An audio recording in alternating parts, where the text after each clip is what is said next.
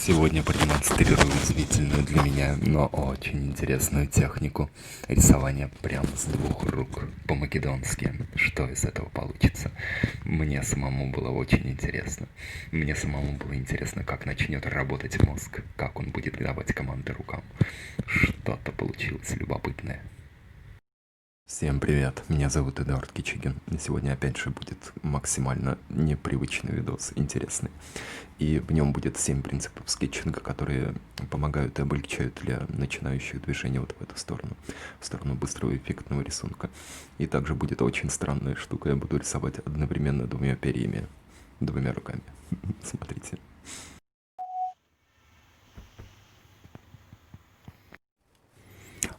Первое, на что я хочу обратить внимание из этих 7 принципов, про которые я проговорю в этом видео. Смотрите до конца, все они очень важны. И первый принцип – это нет перфекционизму.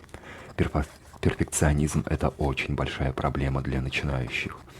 Он хорош, когда вы уже получили определенный опыт, определенный километраж, когда вы изрисовали большое количество бумаги, когда километраж линий уже стремится к бесконечности. Это может быть очень большая история. Но на начальных этапах нет. Перфекционизму нет. Есть остальные принципы, на которые нужно обратить внимание, и в них вложить 80% усилий. Огромное количество усилий, то, которое есть у вас, не интегрируйте в перфекционизм. Это бессмысленно. Намного выгоднее для вашего движения вперед инвестировать эти усилия в другие важные моменты. Тогда как раз движение вперед будет быстрее. Это важно. Что я понимаю под перфекционизмом? Это стремление вырисовать детали. Это стремление добиться такого результата, который не типичен для вашего уровня рисования. Вот на самом деле вот это вот стремление перепрыгнуть себя, это очень хорошо. Но когда вы закапываетесь в нем, когда останавливаетесь, когда время идет, а не видно сдвига, нужно отказаться от перфекционизма и перейти на то, чтобы сконцентрировать усилия в других областях, в других принципах. Например, в тех, про которые я рассказываю дальше в этом видео. Не нужно упираться в стенку, не нужно превозмогать, нужно просто пойти другим путем. Нет перфекционизму. А вот второй принцип скетчинга для начинающих, он важный, и вот в него как раз очень хорошо можно упираться. И результаты там будут, скорее всего, гораздо более позитивные, нежели в перфекционизме. Этот принцип обобщения. Это важно исключительно. Обобщение в скетчинге означает следующее. Есть набор различных дробных предметов. Это может быть история с улицей, или история с пейзажем, или может быть вообще просто тело, или набор предметов. Первое, на что нужно обратить внимание для позитивных и быстрых результатов, это то, каким образом этот комплекс предметов образует один новый большой единый предмет, контур которого вы можете отметить, отрисовать, обобщить, свести в одну общую композицию. Много небольших предметов, составляющих единое. Каким образом вы это можете нарисовать все вместе? Вот это очень важный принцип. Если на первых порах вы концентрируетесь именно на идее обобщения, то это дает большей частью достаточно серьезные позитивные сдвиги. Таким образом вы двигаетесь вперед намного легче, и ваш рисунок, даже может быть не очень умелый технически, становится более привлекательным, становится более единым, целостным, и это дает свой эффект выразительности рисунка сразу. До этого рассказанное очень сильно облегчает движение вот в этот простой и быстрый рисунок. Но я хочу обратить ваше внимание, что все это большей частью работает в комплексе. Трудно взять один только момент и его использовать. Лучше использовать все последовательно и комплексно. Вместе вот с этой идеей обобщения есть также принцип выделения главного, и он работает ничуть не хуже, а зачастую может быть даже и лучше, может быть даже практичней, но он все-таки строится на предыдущем принципе обобщения. Принцип выделения главного. На первых порах вы должны сконцентрироваться на том, чтобы обозначить для себя главный элемент вашего рисунка. На самом деле, в дальнейшем таких моментов, на которые вы обращаете внимание, может быть 2 или 3, ну, на самом деле больше не советую, потому что история становится сложной, неподъемной. Но вот на первых порах первое и важное – это вычленить наиболее важную для вас часть вашего рисунка. И пройдя момент обобщения, более-менее тщательно прорисовывать именно вот этот вот один единственный момент, который является тем самым главным, что у вас происходит на рисунке сейчас. Это может быть один дом из улицы, там пара деревьев, обобщенных между собой из пейзажа. Это может быть часть тела человека, которую вы детализируете чуть лучше или сильно лучше, чем все остальное. Когда вы уже, например, обобщили вашу историю, потом выделили на ней основную часть, выделили главное, и вот это вот главное проработали на фоне всего обобщенного рисунка. Это работает очень хорошо. Если вы принимаете в своем рисунке вот эти вот моменты, которые я описал выше, то у вас уже есть сильный бэкграунд и хорошее начало для того, чтобы двигаться вперед. На что стоит обратить внимание далее? Это то, что базируется на предыдущих принципах. Это 4-й принцип скетчинга – ритмичность. Это очень важно. Обратите на это внимание. Когда вы обобщили, выделили главное, и вот, как я говорил, этих главных моментах могут быть, например, 2 или 3, или, например, к ритмичности могут относиться белые части вашего рисунка или, наоборот, тени вашего рисунка. Когда вы смотрите и обращаете внимание в вашем рисунке на то, что создает ритм, это очень сильно помогает движению вперед в технике. И это все такие простые моменты, которые не ведут вас в сложную рисовальную технику. Это то, что может быть в виде пятен. Например, пятна тени, или пятна света, или пятна одной фактуры, другой фактуры, или ритмы деревьев, или ритмы домиков. Если вы будете держать идею ритма в голове, то ваше движение опять же будет интенсивным, и при километраже вы будете эффективно двигаться вперед. На этом рисунке, который я рисую в данный момент, я специально взял 2 пера для того, чтобы моя техника стала вдруг не очень отточенной, не очень хорошей.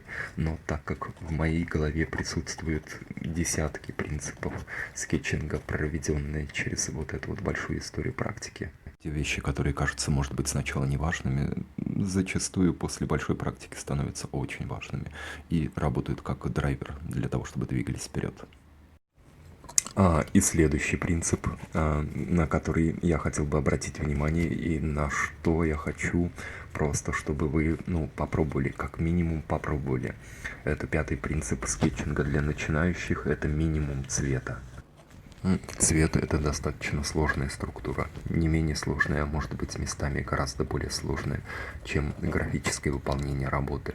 Поэтому, если вы в самом начале используете несколько цветов или много цветов, вы попадаете в ловушку, с которой технически, скорее всего, не способны справиться. Тут есть одна большая проблема.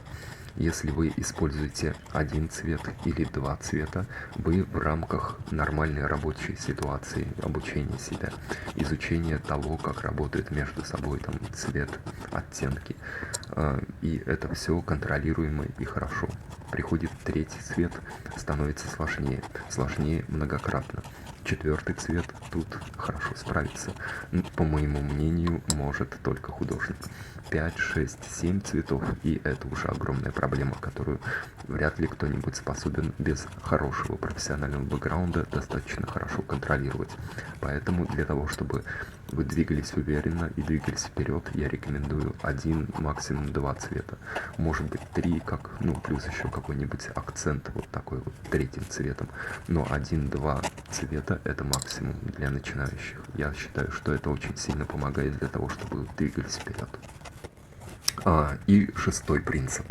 Вот мне также он кажется очень важным, но он в большей степени дает вам очень много силы. То есть, скорее всего, вы будете не терять силу, а постепенно и уверенно ее наращивать.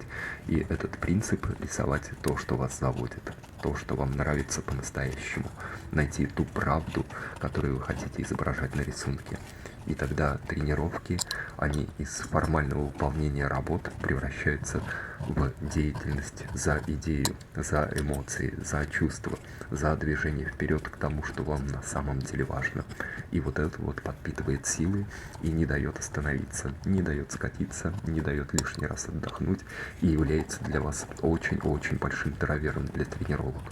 Для того, чтобы научиться скетчить быстро, просто, эффектно, нужно все-таки закладывать то, что у вас будут такие и серьезные трудозатраты и по времени, и по технике. Вы должны стараться, делать много-много подходов, как в спорте.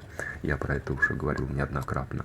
И вот эту вот длинную дорогу легко выдержать, если вы на самом деле рисуете то, что вас заводит, то, что для вас важно, а не то, что кажется там более интересным. И, может быть, это тоже можно свести там с ежедневной профессиональной деятельностью. В моем случае это ландшафтная архитектура, концептуальное проектирование, планирование. Вот все эти истории. Я связал скетчинг с ними, и теперь мне скетчить легко. Поэтому это очень хорошая рабочая схема. Пожалуйста, используйте ее. И важно ловить такие состояния и действовать в моменте. Что-то почувствовали, что вас заводит, и вы думаете, вот, эта волна начинается. То есть у меня есть силы для того, чтобы сдвинуть эту большую историю с места. И вот эта тема старта, она тоже очень хорошо работает. Используйте ее. Захотелось скетчить, что-то завело, и сразу же практикуйте. Поэтому все должно быть все время под рукой. Да. И последний, 7-й принцип, я его проговорю скорее не как принцип, а как способ взаимодействовать с рисунком. Это очень любопытно. Когда вы начинаете работу и начинаете обучение, может быть, есть не очень много опыта, но есть очень много желания для того, чтобы получить не свой взгляд на рисунок, а как будто бы более обобщенный, как будто бы более выделяющий главное, как будто бы более видящий ритмичность и ограничивающий все те моменты, в которых можно запутаться. Посмотрите вот принципы, которые я перечислил. Для этого есть особый взгляд на рисунок. Он очень простой, но супер работает. Вы просто опускаете ресницы на глаза, для того, чтобы ваш рисунок оказался размытым, для того, чтобы он виделся, ну так, менее четко. Смотрите на рисунок через ресницы, это интересно. Есть разные способы, но этот, мне кажется, самый действенный. Вы видите обобщенные формы, обобщенные ритмы, вы видите рисунок по-новому, попробуйте. И вот сейчас я покажу весь мой рисунок в деталях. Вы видите, что он супер неаккуратный. То, что я начал рисовать двумя перьями, вносит большой хаос в мой рисунок. Мне рисовать неудобно, но все равно он выглядит гармоничен, привлекательным, потому что он построен на тех принципах, на различных принципах, которые я накопил за мою практику. И даже если вот все очень неудобно или совершенно не так, как я привык, все равно это все складывается в гармонию. Пожалуйста, используйте эти принципы. Пожалуйста, не забывайте про свое удовольствие, о том, чтобы вот эта вся деятельность, она приносила кайф. Удовольствие, такое наслаждение вот этим всем процессом, иначе можно быстро перегореть. А если это приносит удовольствие, то двигаешься быстро, широко шагая, и классно.